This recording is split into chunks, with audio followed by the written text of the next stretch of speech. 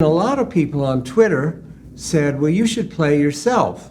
Who could play you better than you in the movie? You should play yourself. And I have to warn you, this is a devastating line. I went to my wife, Jane, and I said, Jane, you know, a lot of people think I should play myself in the Goosebumps movie. And she said, you're too old to play yourself.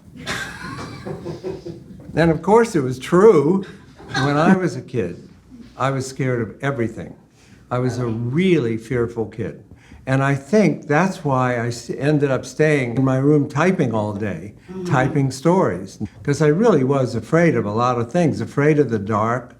I was afraid that someone was lurking in our garage. And I would go riding my bike at night and ride around the neighborhood. And then I'd come up the driveway and I would take my bike and heave it into the garage and run into the house. I wouldn't park it in because I knew something was in the garage. So I was afraid of all kinds of things, which is a horrible way to go through childhood. But great later on when you're writing scary books for kids. The kids don't change, fears don't change is the thing. The only thing that's changed really is the technology. Cell phones ruined every horror plot.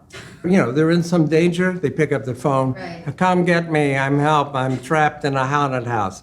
It ruins everything. You used to do, for teenagers, you would do this girl in high school, she's getting these bizarre calls. Who's making these calls to her? Right. Now she looks on her phone, says, oh, him, the book's over, right? And now when I walk in, I do an assembly at school and I walk into the auditorium, I get groans like, oh, he's not scary. He's not wearing a cape. He's not, you know, they expect you to be totally a horror person. You know, I live near Lincoln Center in New York. I'm a big opera fan.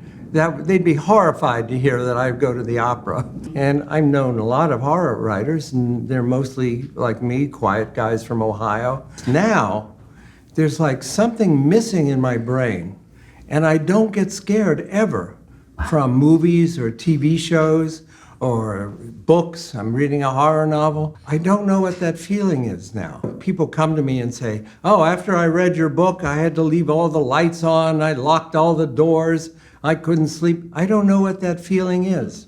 I think horror is funny. Okay. And it always makes me laugh. And I write like the Goosebumps books, every chapter ends like in a punchline. I just think they're very closely knit. My wife and her business partner, they said, we have to try a horror series for 7 to 12-year-olds. No one has ever done it before. And I said, no way. And I refused to do it. And they kept, can you imagine?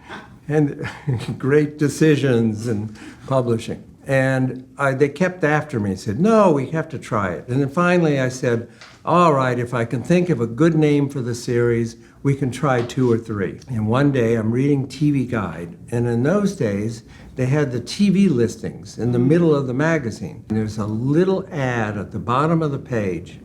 It said, it's Goosebumps Week on Channel 11. I knew it was perfect. Channel 11. We'll call it Channel